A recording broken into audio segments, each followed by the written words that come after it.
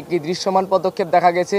তার পরিপ্রেক্ষিতে কারিগরি ছাত্র আন্দোলন বাংলাদেশ সাময়িক সময়ের জন্য বর্তমান আন্দোলন স্থগিত ঘোষণা করছে।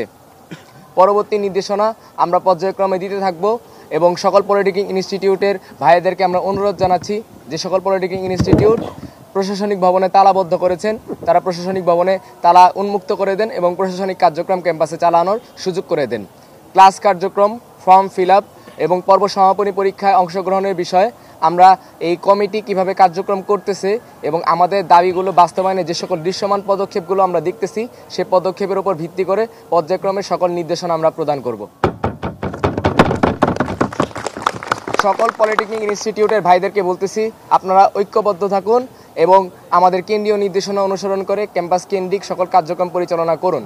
আমরা এই বিপ্লবী সরকারকে, আমাদের ছাত্র সমাজের এই সরকারকে অবশ্যই যৌক্তিক সময় দিব, কিন্তু যৌক্তিক সময়ের মধ্যে যদি আমলাতান্ত্রিক জটিলতা দেখিয়ে আমাদের দফা দাবি বাস্তবায়ন না করা হয় সেই ক্ষেত্রে প্রয়োজনে আমরা যেভাবে রাজপথে দীর্ঘ 5 দিন এবং এ পূর্বেও দীর্ঘ 7 মাস আন্দোলন করেছি সেরকম কঠোর থেকে কঠোর আন্দোলন। আমাদের দাবির বাস্তবায়নতা বা কোনোভাবে কোনো আশ্বাস আমরা তাতে বিশ্বাসী ছিলাম না এবং কার্যক্রম চাচ্ছিলাম। তো সেই জায়গা থেকে আমাদের একটা কর্মসূচি ঘোষণা করা হয়েছিল, সেটা হচ্ছে 48 ঘন্টা আলটিমেটাম, নয়তোবা আমরা দীর্ঘ এবং কঠোর কর্মসূচির দিকে যাব। সেটা এমনও হতে পারে লং মার্চ টু ঢাকা। তো আমরা এই আন্দোলনকে এই আমাদের যে সচিবালয়ের যে সিদ্ধান্ত এবং সচিবালয় থেকে যে গৃহীত কমিটি, সেই কমিটিকে আমরা অবশ্যই মান্য করি এবং সম্মান করি। সেই জায়গা থেকে আমাদের এই আন্দোলনকে আপাততভাবে আমরা স্থগিত করছি এবং পরবর্তীতে এই কমিটির কার্যক্রম বিধি এবং সকল সিস্টেমকে মেনে এবং লক্ষ্য করে আমরা আমাদের কার্যক্রমের দিকে আগাবো। যদি এর আগেও একটি কমিটি গঠন করা হয়েছিল বোর্ড থেকে, সেটি হচ্ছে নিয়োগ বিজ্ঞপ্তি পরিবর্তনের একটি কমিটি, সেই কমিটির কোনো কার্যক্রম আমরা দেখতে পাইনি।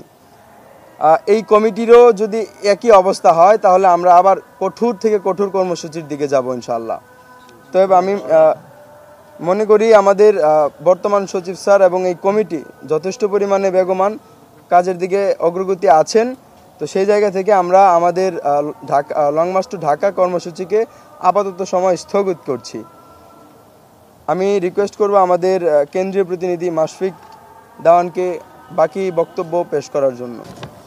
কমিটিতে কারিগরি ও মাদ্রাসা শিক্ষা বিভাগের অতিরিক্ত সচিব, পরিকল্পনা ও উন্নয়ন, যুগ্ম সচিব, কারিগরি অধিশাখা 1, আইডিবি, আইবি, সাবেক পলিটেকনিক অধ্যক্ষ, পরিচালক ডিটি, প্রকল্প পরিচালক, ইঞ্জিনিয়ারিং কলেজ এবং আন্দোলনরত শিক্ষার্থীদের প্রতিনিধি অন্তর্ভুক্ত রয়েছেন। একই সাথে শিক্ষা মন্ত্রণালয়ের একটি প্রেস বিজ্ঞপ্তির মাধ্যমে আন্দোলনকারীদের প্রতি শ্রদ্ধা ও সহমর্মিতা জানিয়েছে ও রূপরেখা প্রণয়নে 3 সপ্তাহ সময় চেয়েছে। এই পদক্ষেপের পরিপ্রেক্ষিতে কারিগরি ছাত্র আন্দোলন বাংলাদেশ সংশ্লিষ্ট কর্তৃপক্ষের প্রতি সমর্থন জানিয়ে সাময়িকভাবে আন্দোলন স্থগিত করার সিদ্ধান্ত গ্রহণ করেছে। বিভিন্ন সরকারি কারিগরি শিক্ষা প্রতিষ্ঠানের শিক্ষার্থীরা দীর্ঘদিন ধরে আন্দোলন করে আসছে। এই আন্দোলনের যৌক্তিকতা বিবেচনা নিয়ে কারিগরি ও মাদ্রাসা শিক্ষা বিভাগ, শিক্ষা মন্ত্রণালয় সম্প্রতি সচিবালয়ের এক অফিস আদেশের মাধ্যমে একটি কমিটি গঠন করেছে, যা শিক্ষার্থীদের 6 দফা দাবি বাস্তবায়নের রূপরেখা প্রণয়নের লক্ষ্যে কাজ করবে। স্পষ্টভাবে জানানো হলো যে যদি উল্লেখিত 6 দফা দাবির বাস্তবায়ন ও কারিগরি শিক্ষা সংস্থার কমিশন গঠন যথাযথভাবে না হয় কিংবা প্রক্রিয়ায় গড়িমসি লক্ষ্য করা যায় তাহলে পুনরায় বিক্ষোভ ও আন্দোলন আরও বেগবান করতে বাধ্য হবে। আমরা আশা করি সংশ্লিষ্ট সকল দপ্তর ও মন্ত্রণালয় শিক্ষার্থীদের দাবি দ্রুত বাস্তবায়নের মাধ্যমে দেশের কারিগরি শিক্ষা ব্যবস্থার কাঙ্ক্ষিত উন্নয়ন নিশ্চিত করবে। ধন্যবাদ।